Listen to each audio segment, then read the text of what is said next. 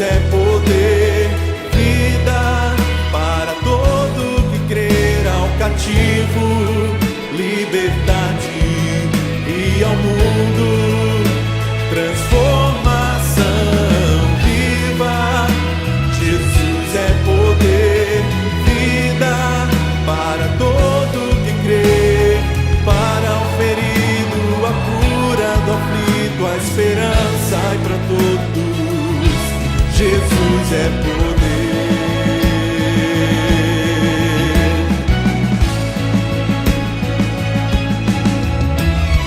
Lágrimas e aflições não poderão impedir a palavra que vence o mundo e a morte. Cristo Jesus é poder. Viva! Jesus é poder.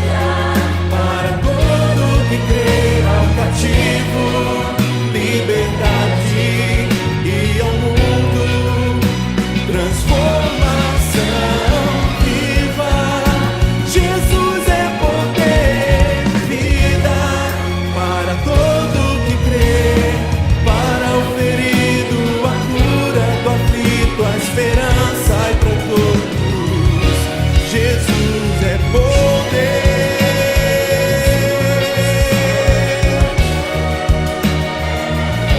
Jesus é poder.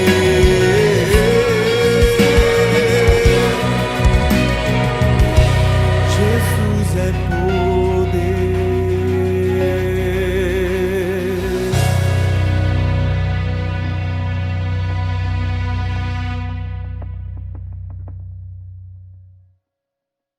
Olá, meus queridos e amados irmãos, tudo bem com vocês? Muito obrigado pela sua atenção, pelo seu amor, pelo seu carinho em permitir eu adentrar no seu lar, na sua casa, na sua intimidade, para, de alguma maneira, refletirmos juntos sobre a palavra de Deus. E bem rapidamente, eu quero tratar com você hoje um assunto pendente. Você tem algum assunto pendente com Deus?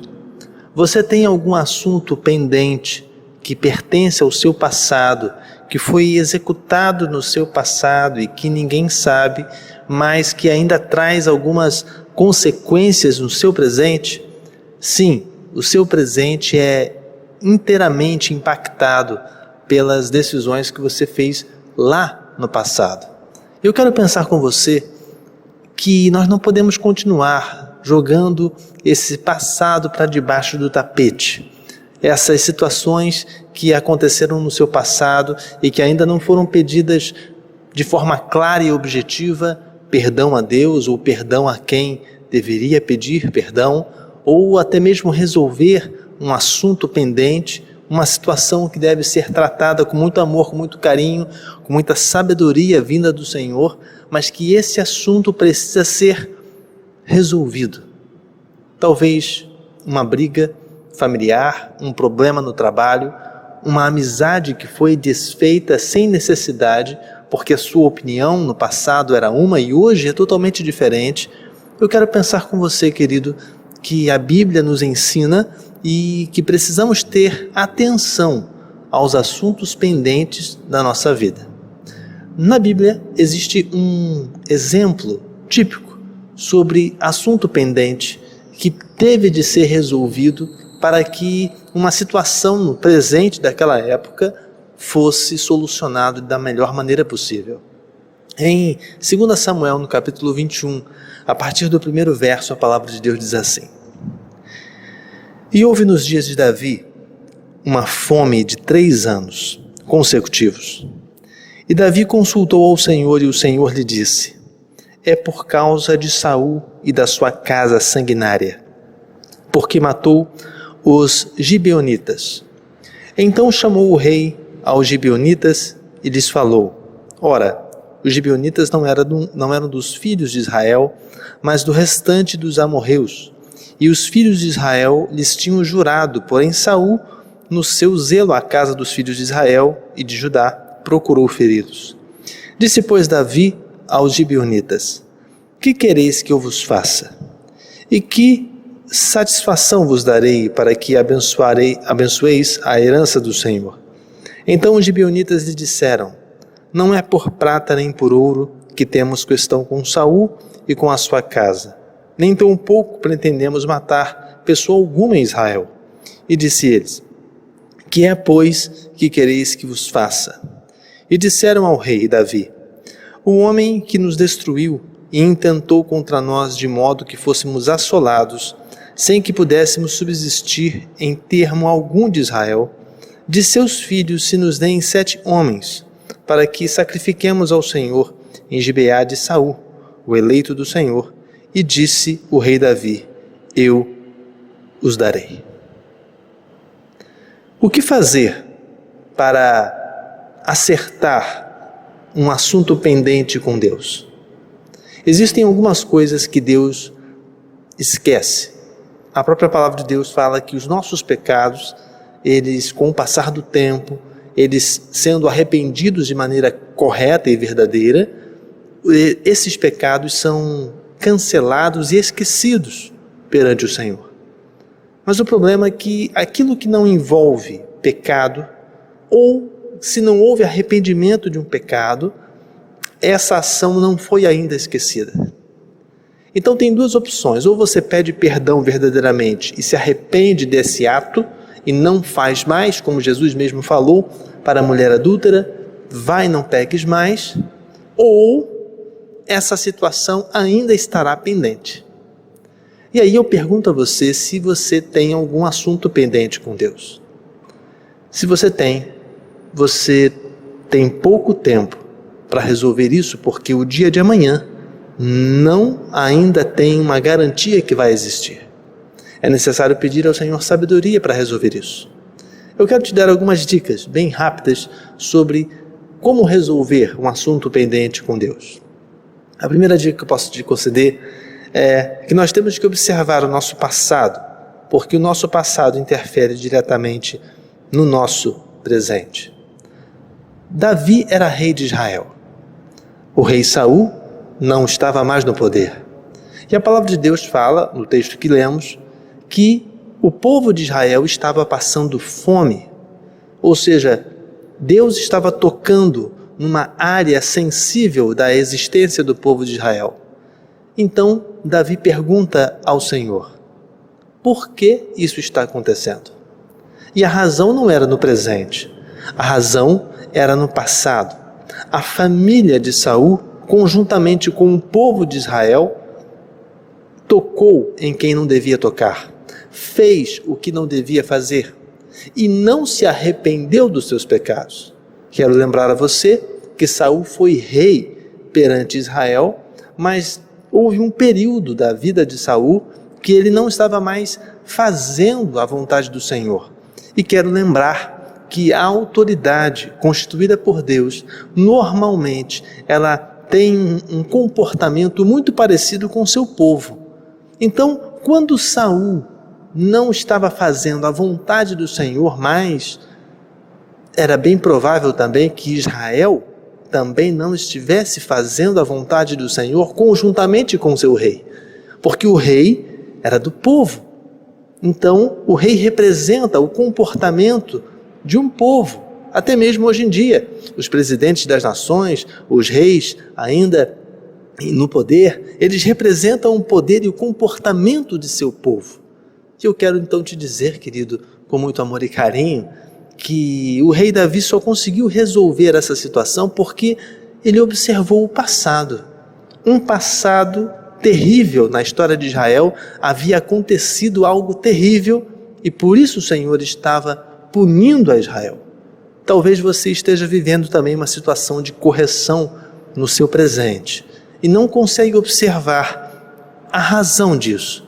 Meu querido, eu peço a você que olhe para o seu passado, olhe para a sua história, olhe para a sua vida, porque ainda existem assuntos pendentes e podem existir assuntos pendentes que talvez Deus esteja corrigindo a você ou a mim por causa de decisões no nosso passado.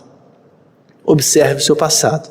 Se você não observar o seu passado, você não conseguirá mudar a história da sua vida no presente, e isso atrapalhará muito o seu futuro.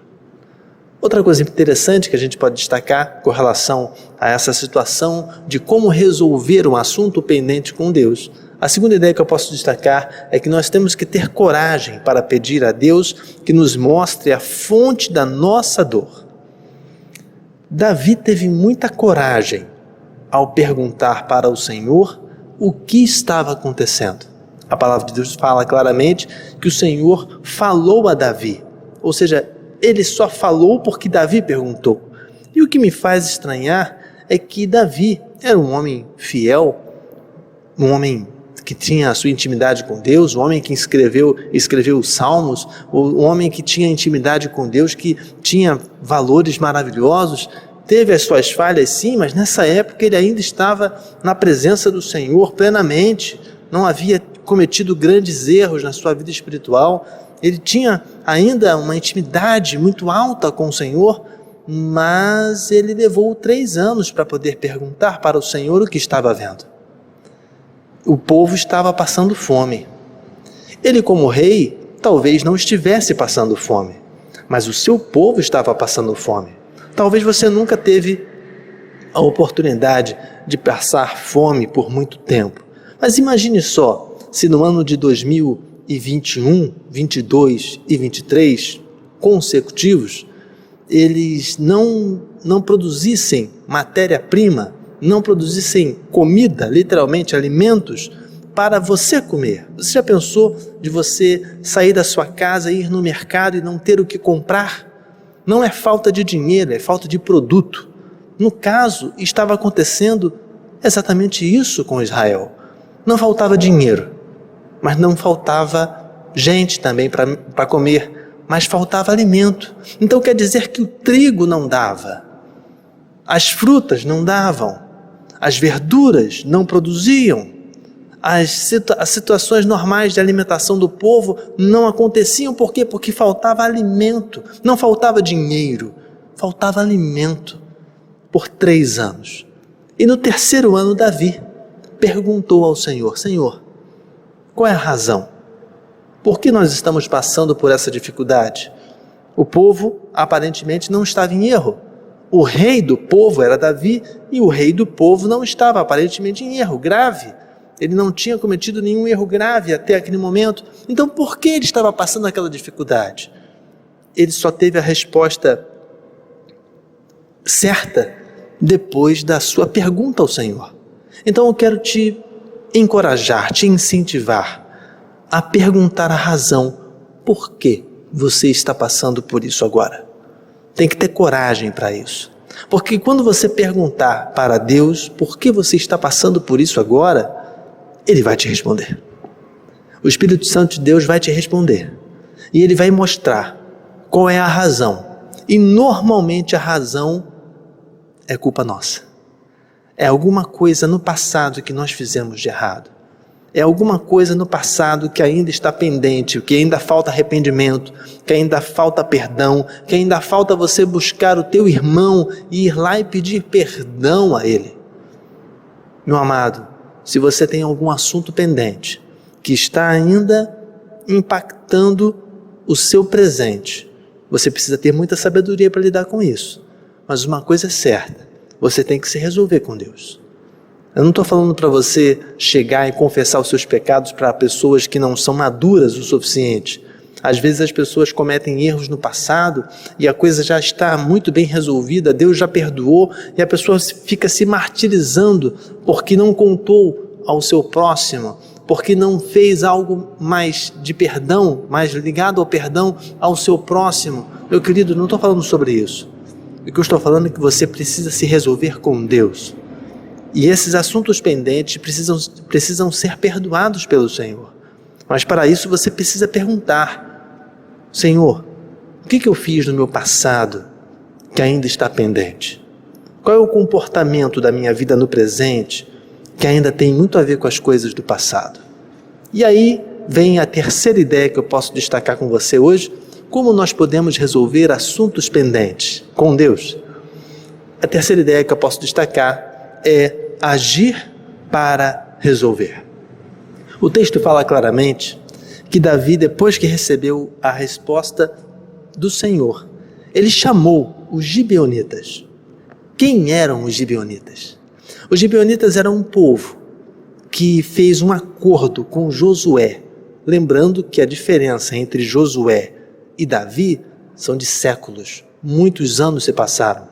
Mas os gibeonitas entraram na história de Israel lá em Josué capítulo 9 e capítulo 10, quando um povo começou a perceber que Josué, que era o líder de Israel naquela época, Moisés tinha falecido, Josué assumiu a liderança do povo de Israel e eles enfrentaram algumas batalhas. E as primeiras batalhas foram de vitória. Uma delas e mais famosa é a vitória de Jericó. A cidade de Jericó foi conquistada com muita presença do Senhor, com muito impacto. E os reis daquela região, eles ficaram com medo de Josué. Então, alguns reis se reuniram. E isso está escrito lá em Josué capítulo 9, capítulo 10. Você pode observar isso depois na sua casa. E eles se reuniram e fizeram um acordo com Josué. Eles se vestiram de roupas mais empobrecidas. Eles se vestiram fingiram que eram pessoas mais simples. E ali fizeram um acordo com Josué, uma aliança com Josué, que Josué não iria atacar o seu povo. Depois Josué percebeu que na verdade aquele povo, não era necessitado de maneira alguma, na verdade era rico. Mas a aliança feita estava confirmada pelo Senhor, porque Josué era chamado para ser líder de Israel pelo próprio Senhor, e tudo aquilo que é ligado na terra é ligado no céu. Então quando Josué faz uma aliança com aquele povo, e aquela aliança não foi desfeita, mesmo sabendo da verdade depois, essa aliança não foi desfeita, os gibeonitas entraram para a rotina de Israel. Eles não guerreavam mais. Então, o que isso quer dizer? Quer dizer que os homens também casavam com mulheres desse povo. E que mulheres desse povo casavam com homens de Israel. E que eles tiveram filhos, e que eles faziam negócios. Ou seja, eram dois povos que eram amigos. E aí passou o tempo, o rei Saul se firmou, e de repente Saul deu na cabeça de perseguir esse povo. Só que este povo, esses gibeonitas, eles com o passar do tempo, eles ficaram mais fiéis ao Senhor do que os próprios israelitas. Eles ficaram mais obedientes à lei mosaica do que os próprios nascidos da promessa que preferiram seguir os costumes de Saul do que do Senhor. Então, quando Saul toca na vida dos gibeonitas, que não eram filhos da promessa de Abraão, Isaque e Jacó, mas eram um povo que morava perto, que estava junto, mas que obedecia à lei do Senhor, aí o Senhor corrigiu a Israel, porque Israel concordou com essa situação. Então, meu querido, quero te dizer que nós temos que agir para resolver. O que Davi fez? Davi, sabendo que o povo gibeonita havia sido atacado injustamente, chama os gibeonitas. E eles falam: olha, o rei Saul nos perseguiu e assolou as nossas famílias. Trouxe sangue, trouxe mágoa, trouxe rancor, trouxe ódio à nossa existência dentro de Israel. Então Davi pergunta uma coisa: o que você quer que eu te faça? O que você quer que eu faça para que esse problema seja resolvido? A primeira ação que nós temos que fazer para resolver um assunto pendente com Deus é se colocar à disposição daquele que foi magoado. Você tem que chegar na pessoa que você magoou, você perguntar a ela: o que você quer que eu te faça? Nós tivemos um problema, nós tivemos uma situação na nossa vida, e você precisa perguntar o que Davi fez. O que você quer que eu te faça? E aí você vai ter que ficar à disposição dela, porque é a disposição dela que vai resolver muitos problemas mediante a sua ação. A segunda ação que a gente tem que ter é aceitar a condição que aquele que foi magoado te impõe. Aceitar a condição daquele que foi magoado, ele te impõe. Quero te informar, querido, que quem magoou a vida dos gibeonitas não foi Israel todo, não, mas a casa de Saul. A família de Saul foi líder, motivou, incentivou, se responsabilizou por esta perseguição. Eles eram filhos do rei, eles eram sobrinhos do rei, eles eram primos do rei, eram pessoas ligadas ao rei. Eles se identificavam dizendo: você sabe com quem você está falando? Era essa básica identificação que nós temos aqui, por exemplo, no nosso país, né?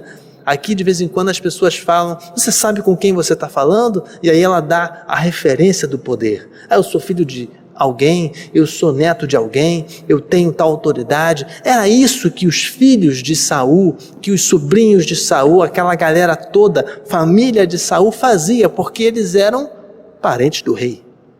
E ser parente do rei era uma beleza, porque trazia proteção, trazia honra. Ninguém podia se meter, porque qualquer coisa que ele reclamasse ao rei, o rei mandava matar.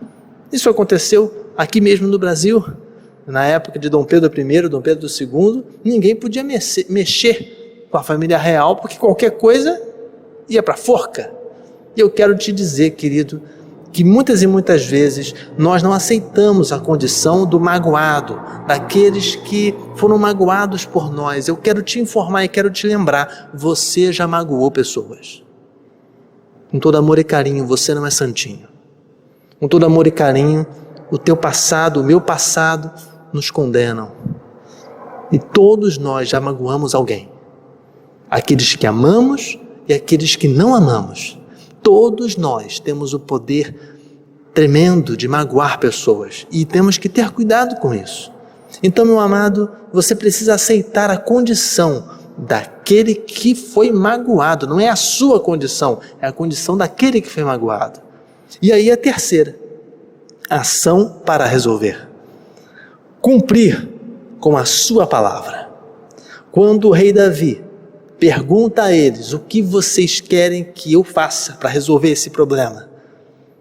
Então eles falam: olha, nós queremos que a família de Saul passe pela mesma dor que nós passamos. Então nós queremos 7 homens, ou seja, 7 chefes de família, 7 homens que são da casa de Saul, que são da família de Saul. E eles serão então sacrificados para honrar o sofrimento das famílias que a família de Saul provocou.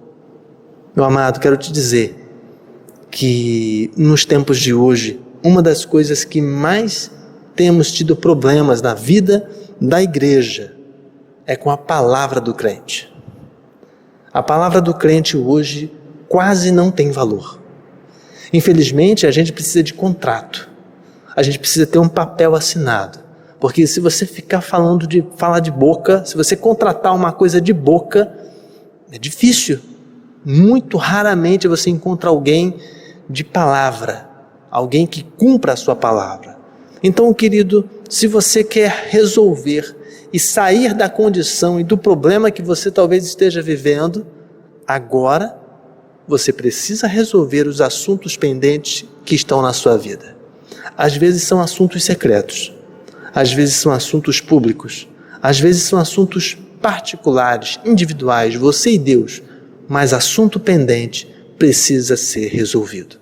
Peça sabedoria ao Senhor para resolver. Se o Senhor falar para resolver da maneira que tem que resolver, esperando o tempo, deixando o tempo passar, fazendo as situações aos poucos, se arrependendo dos seus pecados, mas não tem assuntos pendentes com Deus. Não deixe passar o pôr do sol, não deixe passar o nascer do sol com esse assunto pendente com Deus. Eu gostaria que você repetir com você e lembrar a você o que nós temos que fazer. A primeira coisa, nós temos que observar o passado, porque o passado interfere no nosso presente. Nós temos que ter coragem para pedir a Deus que nos mostre a fonte da nossa dor. E nós temos que agir para resolver. Primeiramente, se colocando à disposição, depois aceitando a condição que aquela pessoa que foi magoada te impõe e, por último, cumprir com a sua palavra. O rei Davi prometeu aos gibeonitas que ele daria aqueles homens por sacrifício para honrar aquela matança que Saul provocou no meio daquele povo. E a palavra de Deus fala que depois que aquele problema foi resolvido, a fome cessou em meio do povo de Israel. Então eu não sei do que você tem tido fome. Às vezes é de alimento, às vezes é de amor, às vezes é de carinho. Mas eu quero te dizer, tudo aquilo que não te alimenta te faz passar fome. E muitas vezes você está passando necessidade de amor, de carinho, de compreensão, porque existem alguns assuntos pendentes na sua vida e você precisa resolver isso. Tenha coragem, o tempo está passando e você precisa resolver. Venha com a tua misericórdia sobre nós, Senhor, e nos dá coragem. Esse é o nosso pedido para que possamos viver nesse tempo sem assuntos pendentes. Feche seus olhos, nós vamos orar ao Senhor. Pai, muito obrigado pela tua misericórdia e porque a tua palavra nos ensina grandemente.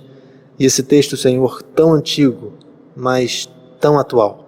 Vem com a tua misericórdia sobre nós e dá-nos capacidade para resolver na nossa família, na nossa casa, nosso trabalho, na nossa igreja, assuntos pendentes. Coisas, Senhor, que ainda estão sob a mesa, coisas que ainda não foram esquecidas, coisas que ainda não foram perdoadas, coisas que ainda não foram resolvidas. Ó Senhor, vem com a tua misericórdia e dá coragem aos teus servos, sabedoria aos teus servos e revela a eles, Senhor, quais são os assuntos pendentes que eles precisam resolver, porque esses assuntos provocam necessidades. Esses assuntos pendentes provocam fome, fome na alma, fome na mente. Eu te clamo, Senhor, porque muitas vezes temos a Cristo, mas parecemos necessitados, parecemos mendigos de amor, exatamente porque temos assuntos pendentes contigo. Muito obrigado por tudo, abençoa a nossa vida e concede-nos coragem e capacidade para resolver esses assuntos pendentes que estão na nossa vida. Muito obrigado por tudo, em nome de Jesus amado. Amém. Então, queridos, que você possa ter a sabedoria e a vida do Senhor e a coragem necessária para resolver esses assuntos pendentes. Deus te abençoe e te guarde e faça você cada dia mais resolvido e feliz nesse presente para ter um futuro glorioso na presença do Senhor. Felicidades.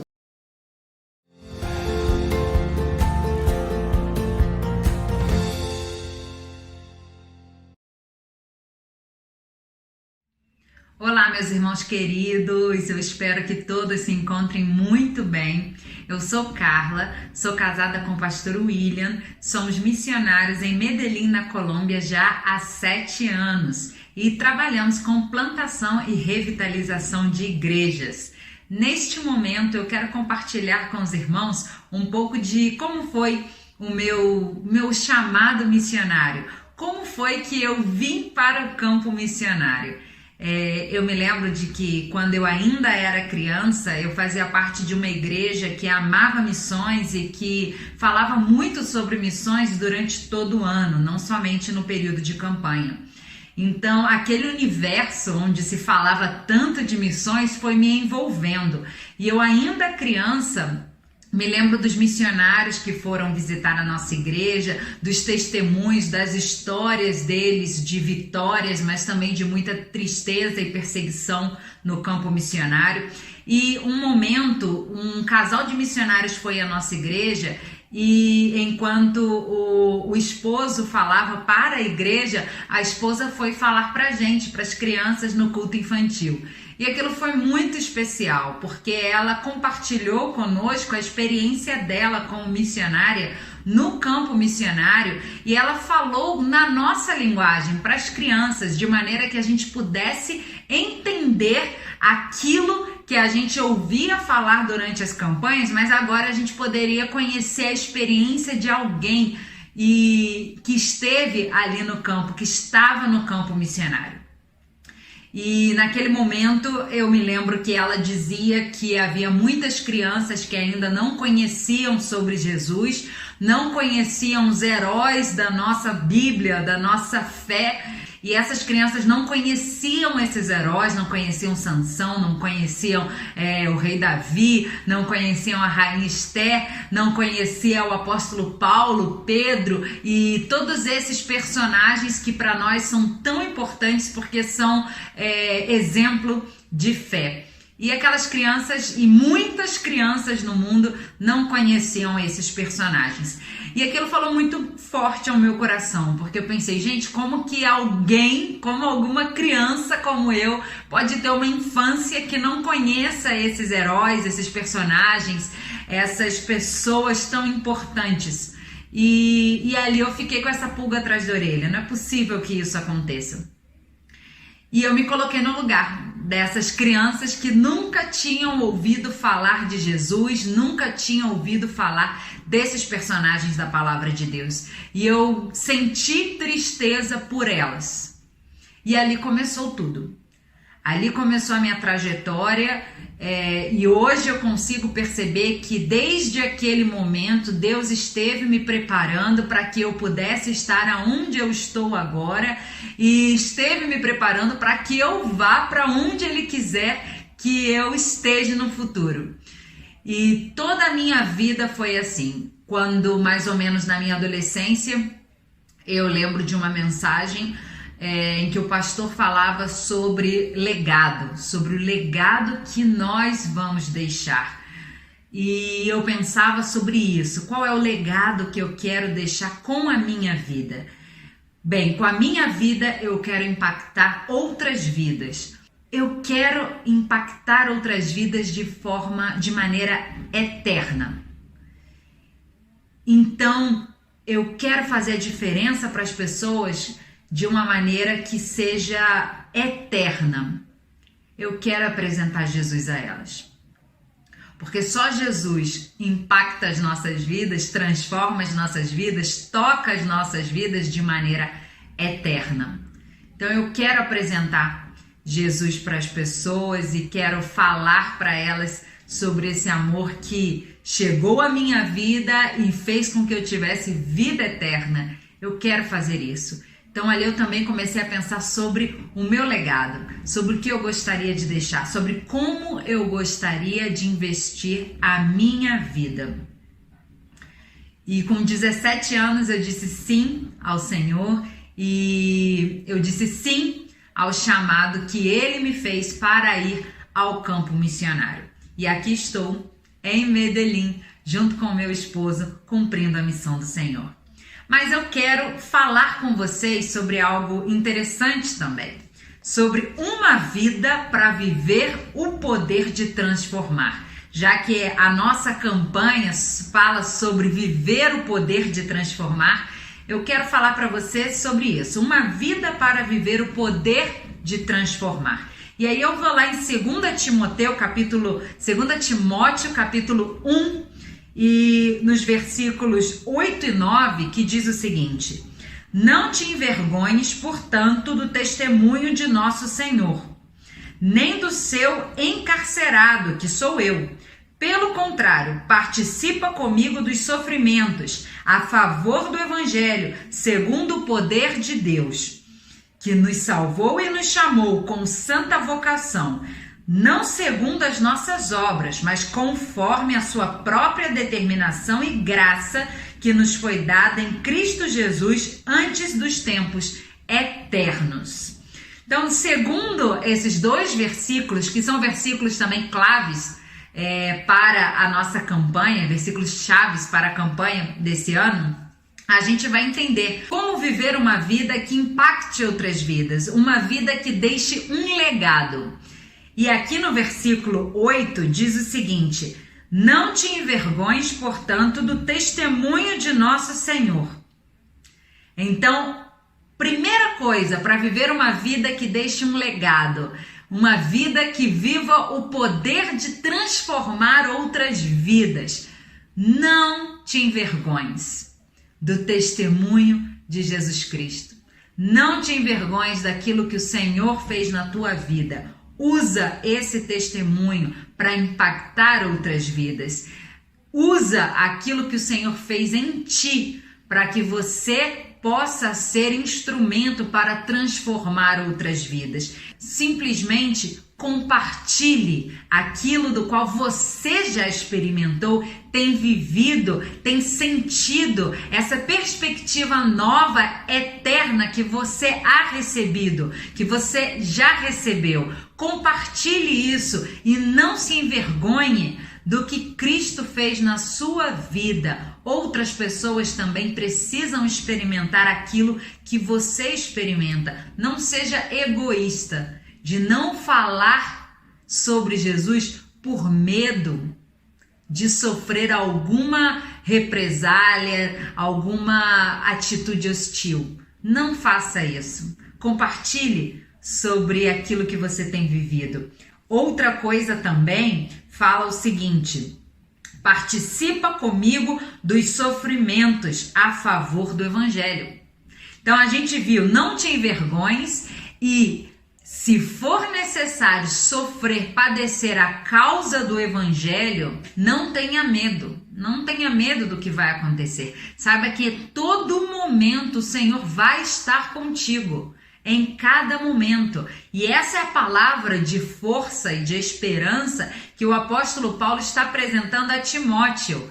Não tenha medo, porque o Senhor está contigo. Diz o seguinte, a favor do Evangelho, segundo o poder de Deus, porque não é o que nós fazemos, é o que o poder de Deus faz por meio de nós. A gente não tem noção disso. Muitas vezes a gente não faz algo porque a gente pensa no que aquilo pode produzir em contra de nós mesmos. Mas é aí que a gente se engana. A gente não pode deter a ação do Espírito Santo por causa de medo ou vergonha. A vida que vive o poder de transformar é aquela vida que somente permite que o Espírito Santo atue em todo e qualquer lugar, conforme ele deseja atuar. Diz também, a favor do Evangelho, segundo o poder de Deus, que nos salvou e nos chamou com santa vocação. Então, um terceiro ponto para poder viver uma vida baseada no poder de transformar é entender a sua vocação. É entender que todos nós fomos chamados, fomos vocacionados para ser portadores da mensagem do Evangelho, da mensagem de salvação. Isso está para todo crente, aonde quer que esteja, falar sobre o amor de Deus. Essa é a chave para viver uma vida que pode transformar outras vidas, para viver uma vida que vai deixar um legado eterno. Reconheça a sua vocação, reconheça que o Senhor te chamou para isso. Não te envergonhes do que o Senhor fez na sua vida, do teu testemunho, de como Ele te transformou. E não tenha medo de sofrer a causa do Evangelho. Sim? E uma última coisa, que fala muito sobre a minha vida pessoal. Sempre valorize a criança. Fale de missões para a criança. Valorize o culto infantil, a escola bíblica dominical. Valorize esses momentos para ali falar de missões para as crianças. Essas crianças precisam crescer sendo preparadas por Deus para ir ao campo missionário. Que Deus abençoe. Foi um prazer poder falar com cada um de vocês.